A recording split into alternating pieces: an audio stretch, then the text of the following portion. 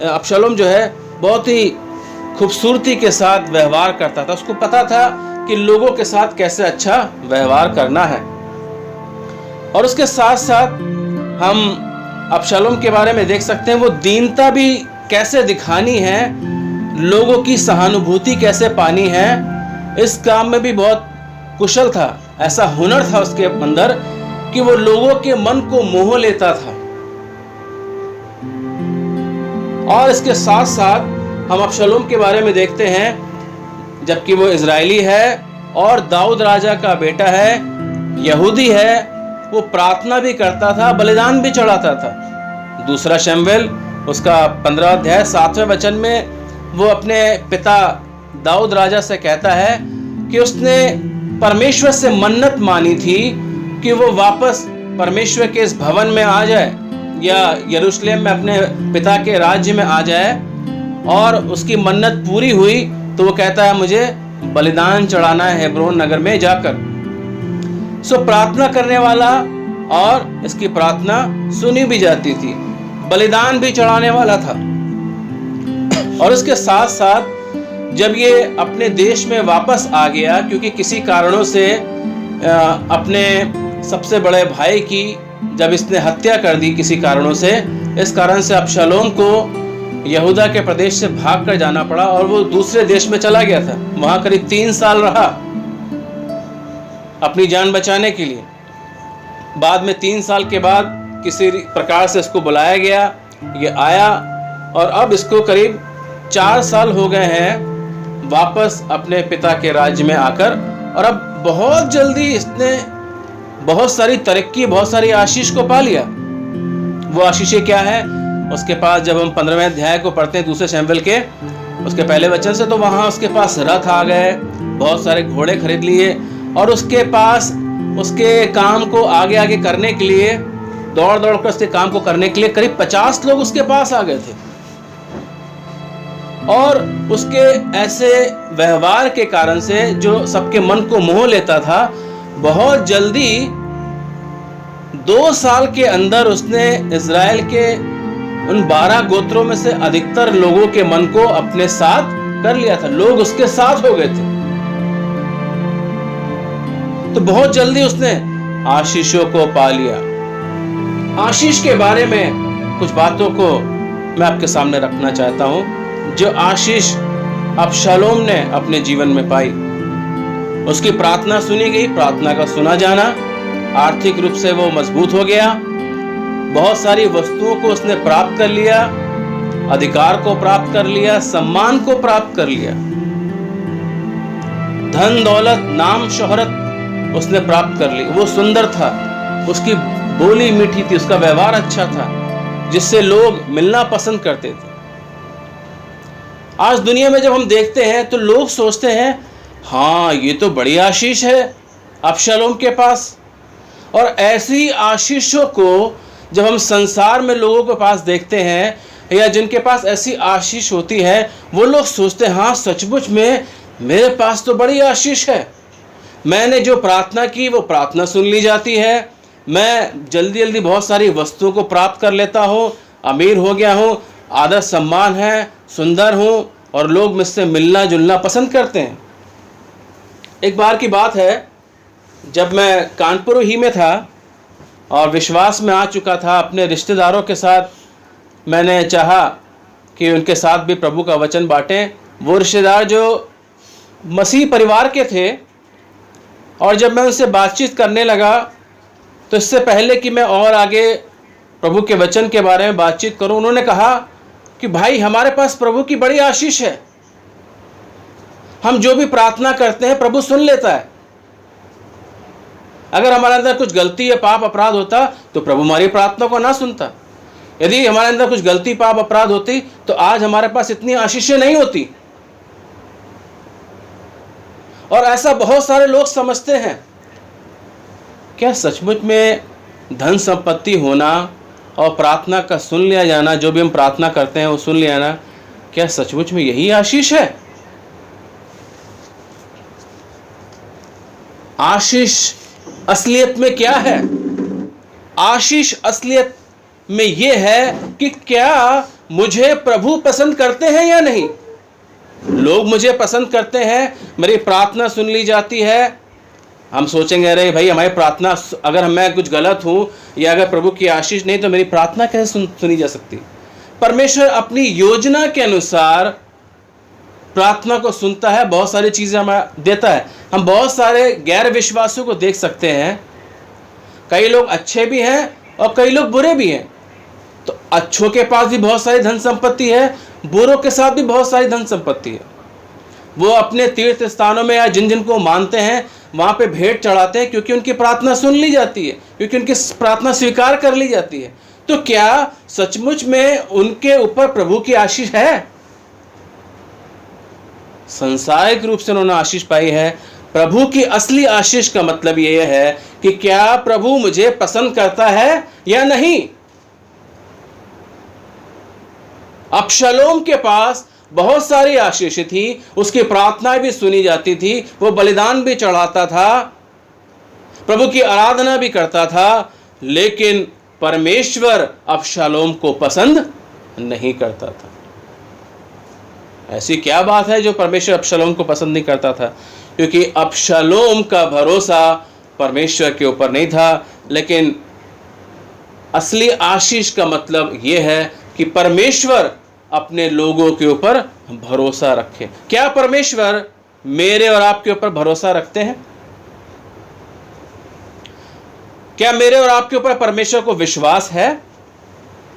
क्या आपको, मुझे लगता है कि प्रभु मुझसे प्रसन्न है, खुश है मेरे जीवन से? अगर हमारे पास आर्थिक आशीष नहीं है, अगर हम गरीब भी हैं और अपनी रोटी मजदूरी मेहनत करके कमाते हैं और मुश्किल से भी परिवार को संभालते हैं, लेकिन अगर परमेश्वर मुझे और आपको पसंद करते हैं और परमेश्वर को आपके ऊपर, मेरे ऊपर भरोसा है, तो असली आशीष यही है जो अंत तक कायम रहेगी। आगे हम बढ़ते हैं। अबशालोम के बारे में अब कुछ, उसके अंदर कुछ खराबियां थी। क्यों परमेश्वर से पसंद नहीं करते थे और क्यों परमेश्वर को उसके ऊपर भरोसा नहीं था अबशालोम के ऊपर? सो पहली बात, अबशालोम बदला लेने वाला व्यक्ति था, बुरा व्यवहार करने वाला व्यक्ति था, अपने परिवार से बदला लेने वाला व्यक्ति था, और उसके साथ साथ सबसे विशेष रूप से, खास तौर पर, उसने अपने पिता राजा दाऊद का विद्रोह किया। वो राजा बनना चाहता था। जब दूसरा शमूएल उसके 15 अध्याय और उसके 7 वचन में हम पढ़ते हैं, वहां पे उसने कहा कि मैंने मानी है, मैं बलिदान चढ़ाना चाहता हूं। लेकिन वहां पर उसने राज विद्रोह की गोष्ठी करी थी ताकि अपने पिता के बदले में राजा हो जाए, क्योंकि काफी लोग उसको पसंद करने लगे थे। लेकिन समय पर दाऊद राजा को खबर मिली और दाऊद राजा अपनी जान बचाकर भाग गया। परमेश्वर ने उसको बचा के रखा। इसी घटना के अनुसार दाऊद ने इस भजन को लिखा है। सो यहाँ पर हम देखते हैं अबशालोम की जो एक अभी तक हमने खूबियाँ देखी, अब उसके अंदर की जो खराब बातें थी, वो अपने परिवार से बदला लेने वाला, अपने माँ बाप से बदला लेने वाला था। उसको अपना पिता दाऊद पसंद नहीं था, दाऊद के कई सारे काम उसे पसंद नहीं थे। हालांकि ऐसा बहुत ज़्यादा बुरा दाऊद ने उसके साथ नहीं किया। हाँ, एक घटना हुई थी, अबशालोम की बहन के साथ कुछ बुरी बात हुई और उसके विषय में दाऊद राजा ने सही एक्शन नहीं लिया, लेकिन उसका बदला अबशालोम ने अपनी बहन का बदला ले लिया। तो जब बदला पूरा हो गया, सब समाप्त हो गया, अब उसे अपने पिता का विद्रोह करने की आवश्यकता नहीं थी। आज कई सारे लोग अपने माँ बाप से विद्रोह करते हैं, उनसे बदला लेने की उनके अंदर इच्छा होती है। हमारे साथ ऐसा किया, हमारे साथ वैसा किया, हमें सही पे पढ़ाया लिखाया नहीं, या हमारे साथ वैसा नहीं किया, हमें ये नहीं दिया, हमें वो नहीं दिया, इस कारण से आज मेरी ऐसी हालत है, इस कारण से आज मैं इन मुश्किलों में हूँ, परेशानियों में हूँ। कई बार माँ बाप ने ऐसा सोच के नहीं किया होगा, लेकिन ऐसे विचार, बुरे विचार अपने आप आ जाते हैं, मेरे माँ बाप ने ज़रूर मेरे साथ कुछ बुरा किया है। ऐसे विचार क्यों आते हैं? जब किसी व्यक्ति का मन परमेश्वर से नहीं लगा होता है, तो वो जो बातें गलत नहीं होती हैं उनको अपने आप गलत सोचकर उसी के अनुसार व्यवहार करने लगता है। और ये काम अबशालोम ने भी किया और अपने बाप के खिलाफ हो गया, सबको मार डालने के लिए भी तैयार हो गया। और उसके बाद अबशालोम के जीवन में एक बात थी, हम देखते हैं परमेश्वर अबशालोम के साथ नहीं था। पहली बुरी बात उसके अंदर जो उसके खूबी ना थी, उसके दुर्गुण थे, वो क्या है कि वो बदला लेने वाला था, बुरा व्यवहार करने वाला, अपने माता पिता से बदला लेने वाला, परिवार से बदला लेने वाला। और दूसरी बात, परमेश्वर अबशालोम के साथ नहीं था। आज कई बार हम परमेश्वर के साथ महसूस होते हैं, शायद आराधना में भी, शायद उसकी संगति में भी, लेकिन क्या परमेश्वर मेरे साथ है? परमेश्वर अगर मेरे साथ नहीं है तो मेरा सारा जीवन बेकार है, व्यर्थ में, और जब ये जीवन समाप्त होगा तो मैं कुछ भी नहीं ले जाऊंगा और अपने साथ परमेश्वर को भी नहीं ले जाऊंगा, क्योंकि परमेश्वर मेरे साथ नहीं है। तीसरी बात, अबशालोम का भरोसा परमेश्वर के ऊपर नहीं था। वो परमेश्वर को बलिदान तो चढ़ाता था, परमेश्वर की आराधना तो करता था, परमेश्वर से प्रार्थना तो करता था, लेकिन उसका भरोसा परमेश्वर के ऊपर नहीं था। उसका भरोसा अपनी सुंदरता के ऊपर, अपनी खूबियों के ऊपर, अपनी ताकत के ऊपर और उस व्यवहार के ऊपर जिसके अनुसार उसने लोगों का मन मोह लिया, अपनी बुद्धि के ऊपर कि मैं कितना बुद्धिमान हूं, मैंने कितनी जल्दी अपने पिता की प्रजा के ऊपर कब्जा कर लिया, उनके मनों के ऊपर कब्जा कर लिया। लोग उसके साथ हो गए और उसके पास ताकत भी ज्यादा हो गई, उसके पास सिपाही भी ज्यादा हो गए। उसको भरोसा था कि मैं अपने पिता और उसके साम्राज्य को खत्म करके अपना साम्राज्य स्थापित करूंगा, राजा बन जाऊंगा। लेकिन दूसरी ओर हम जब दाऊद के बारे में देखते हैं, ऐसी मुश्किल की घड़ी में जबकि वो जान बचाकर भाग रहा है, क्योंकि वो युद्ध करना नहीं चाहता था, वो अपने बेटे से बदला लेना नहीं चाहता था, इसलिए उसने यही समझा कि मैं भाग के चला जाऊंगा। और उसने जो व्यवस्था अपने राजमहल में छोड़ के गया और उसके हिसाब से और जो प्रार्थना वो करता था, हमें पता चलता है कि वो परमेश्वर के ऊपर ऐसी हालत में भी भरोसा रखता था। क्या हम अपनी मुश्किलों के वक्त में,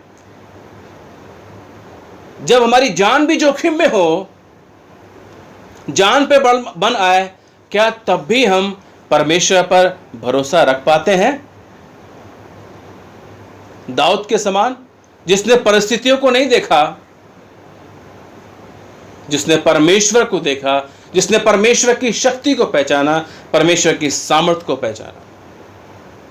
मुश्किल घड़ी में, बुरे वक्त में अगर हमें पार होना है तो हमें परमेश्वर की ओर देखना है, जो हमें ताकत देता है। मुझे सहायता कहां से मिलेगी? मुझे सहायता परमेश्वर यहोवा की ओर से मिलती है, जो आकाश और पृथ्वी का करता है, जिसने शून्य में से, कुछ नहीं में से सब कुछ बना दिया। उससे बढ़कर शक्तिशाली कौन है? उस पर भरोसा रखना बड़ी आशीष की बात है। अबशालोम के बारे में एक और बुरी बात हम देखते हैं। अबशालोम परिवार के लिए एक कलंक था, मरते दम तक भी वो कलंक बना रहा। उसने ना केवल अपने पिता का विरोध किया, विद्रोह किया, लेकिन उसने एक ऐसा घिनौना काम किया जो एक बेटे को करना उचित नहीं था। दाऊद जैसा राजा जो परमेश्वर का भक्त था, उसके बेटे को ऐसा घिनौना काम करना उचित नहीं था कि वो अपने पिता के रनवास में चला गया।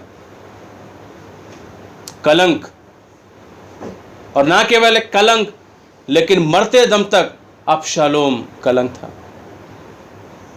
अपने परिवार के लिए, अपनी यहूदी जाति के लिए, समाज के लिए, देश के लिए। क्या आज हमारे परिवार में कोई ऐसा है जो कलंकित है?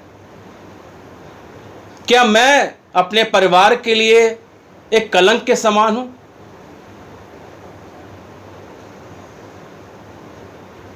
मैं फिर से बात कहना चाहता हूं, अबशालोम प्रार्थना करने वाला व्यक्ति था, बलिदान चढ़ाने वाला व्यक्ति था, परमेश्वर की आराधना करने वाला व्यक्ति था, लेकिन उसके साथ साथ वो कलंकित हो गया। उसके जीवन में कलंक आ गया। उसने कलंक को अपने जीवन में आने दिया। राज्य सम्मान पाने के लिए, संसार का आनंद पाने के लिए, संसार की खुशियां पाने के लिए, राज्य पाने के लिए उसने कलंक से भी मुंह नहीं मोड़ा। और आज भी कई सारे ऐसे लोग हैं जो कलंक के बारे में नहीं सोचते हैं, अपने आनंद, अपनी खुशी, अपने आदर, अपने सम्मान के बारे में सोचते हैं। क्या आप अपने परिवार के लिए कलंक हैं? परमेश्वर सब कुछ जानते हैं। अबशालोम का कलंक पूरी दुनिया में प्रकट हो गया, राज्य में प्रकट हो गया, और उसने मरते दम तक भी अपने कलंक को धोना नहीं चाहा। दाऊद के जीवन में भी कलंक आ गया था, पाप और अपराध की वजह से, जो उसका बाप था। लेकिन क्या दाऊद कलंकित रहा? नहीं। दाऊद ने अपने पापों और अपराधों से क्षमा मांगी, परमेश्वर ने उसके कलंक को दूर किया, धो दिया और माफ कर दिया।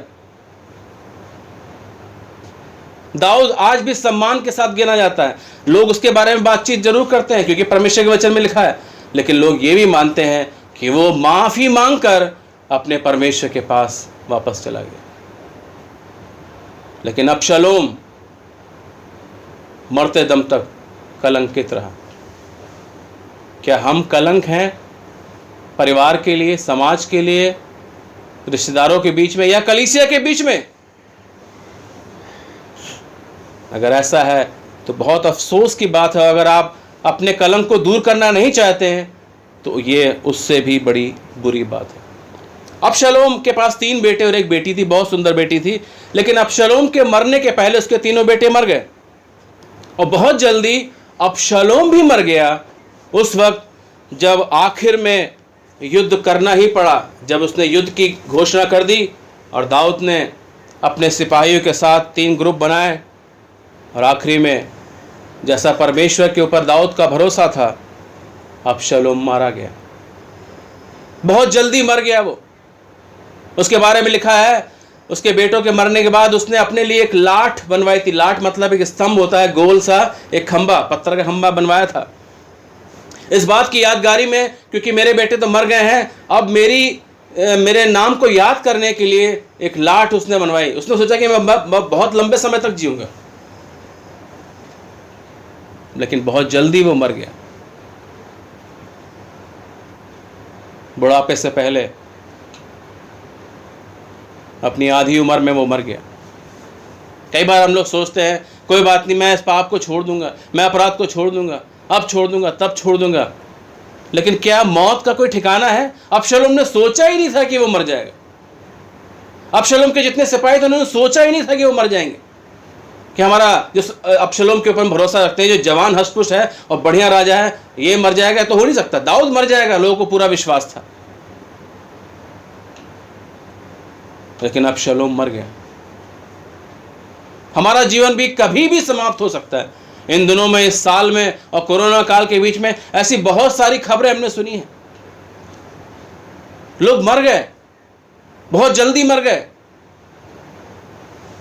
इससे पहले कि मौत अचानक से आ जाए, इससे पहले कि प्रभु यीशु मसीह अचानक से आ जाए, अपने कलंक को धो लीजिए। ऐसा ना हो कलंक के साथ आप मर जाएं और परमेश्वर के राज में ना जा पाएं। इन बातों को विचार करें। इसके साथ साथ हम दाऊद के बारे में भी जल्दी से देखेंगे। दूसरा हिस्सा दाऊद का है। अबशालोम ने अपने पिता का पीछा किया। एक भक्त व्यक्ति था और समय हो रहा है, मैं जल्दी इसको समाप्त करना चाहता हूँ। भक्त व्यक्ति था लेकिन फिर भी इसका पीछा किया। और दाऊद के साथ ऐसा क्यों हुआ? क्यों दाऊद राजा को अपनी ऐसी जान बचाने की भाग नहीं पड़ी जबकि वह एक भक्त व्यक्ति था? दाऊद ने अपने जीवन में पाप किया, अपराध किया, व्यभिचार किया और कत्ल भी करवाया। बाद में उसने, जब परमेश्वर का नबी भेजा गया, उसने माफ़ी मांगी, लेकिन परमेश्वर ने उसको दंड भी सुनाया। माफ़ी मांगने के बाद भी दंड क्यों मिल गया? हम एक और घटना देखते हैं मूसा के बारे में। मूसा ने भी माफ़ी मांगी, लेकिन परमेश्वर ने उसके दंड को कम नहीं किया। उसने कहा ठीक है, मैंने माफ़ कर दिया, लेकिन तू कनान देश में नहीं जा पाएगा। क्योंकि मूसा ने जब दूसरी बार चट्टान से पानी निकालना था, परमेश्वर ने कहा चट्टान से बातें कर, और मूसा ने लाठी मारी। तो उसने सोचा कि बातें करने से कैसे पानी आ सकता है? लाठी पिछली बार मारी थी, इस बार भी लाठी मारेंगे। परमेश्वर की आवाज को नहीं माना, परमेश्वर की आज्ञा को नहीं माना और अपनी बुद्धि का इस्तेमाल करके, नहीं लाठी से पानी निकलेगा, लाठी मारने से, उसने मार दिया। परमेश्वर की महिमा नहीं की। परमेश्वर ने पानी जरूर दे दिया इजरायलियों को। परमेश्वर चाहते तो इजरायलियों को पानी ना देते, क्योंकि मूसा से कहा था कि चट्टान से बात कर, उसने तो लाठी मार दी। परमेश्वर ने इजरायलियों की प्यास तो बुझाई, लेकिन उस बात को परमेश्वर ने अपने अनादर के रूप में गिना, क्योंकि उसने परमेश्वर की महिमा नहीं करी, लेकिन अपनी बुद्धि का इस्तेमाल करके मूसा ने अपनी महिमा की। और जब ऐसे खास लोग, परमेश्वर के विशेष लोग, जब कोई ऐसे बड़े पाप को करते हैं, तो परमेश्वर पाप को माफ तो कर देते हैं, लेकिन उसका कुछ दंड उनके जीवन में जरूर रखते हैं। और इस कारण से मूसा कनान देश में जा नहीं पाया। और यहाँ पर दाऊद के विषय में पढ़ते हैं, दाऊद के विषय में परमेश्वर ने कहा कि तूने जो किया है, तलवार तेरे परिवार में से नहीं हटेगी। तूने व्यभिचार गुप्त में किया है, लेकिन तेरे परिवार में खुलेआम व्यभिचार वाली घटना होगी, जिसको अबशलोम ने अंजाम दिया। सो इसलिए सावधान रहें। यदि हम अच्छे विश्वासी हैं, या अच्छे विश्वासी समझते हैं, मजबूत विश्वासी समझते हैं, और यह है, यह हम इसके बारे में बताते हैं, या कुछ खास लोग हैं कलीसिया के अंदर, शायद अगुवे हैं या सेवक हैं, ऐसे तो सारे लोग विश्वासी एक समान है परमेश्वर की नज़र में, लेकिन जो खास तौर पर सेवा को भी अंजाम देते हैं, अगर वो कोई पाप अपराध करते हैं, तो अगर माफ़ी मांगते, प्रभु माफ़ तो करता है, लेकिन उनके लिए कोई दंड भी ठहरा देता है। इसलिए हमें बड़ा सावधान होना है। और दाऊद के बारे में हम देखते हैं, दाऊद का भरोसा परमेश्वर के ऊपर था, और परमेश्वर भी दाऊद के संग संग था। परमेश्वर ने उसको सारी विपत्ति से छुड़ाया। दूसरा शमूएल उसका 19वां अध्याय उसके 7वें वचन में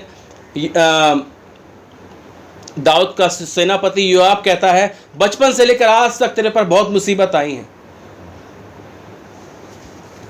इसका मतलब दाऊद का जीवन संकट मुसीबत से भरा हुआ था, जबकि वो बहुत ही अच्छा विश्वासी था।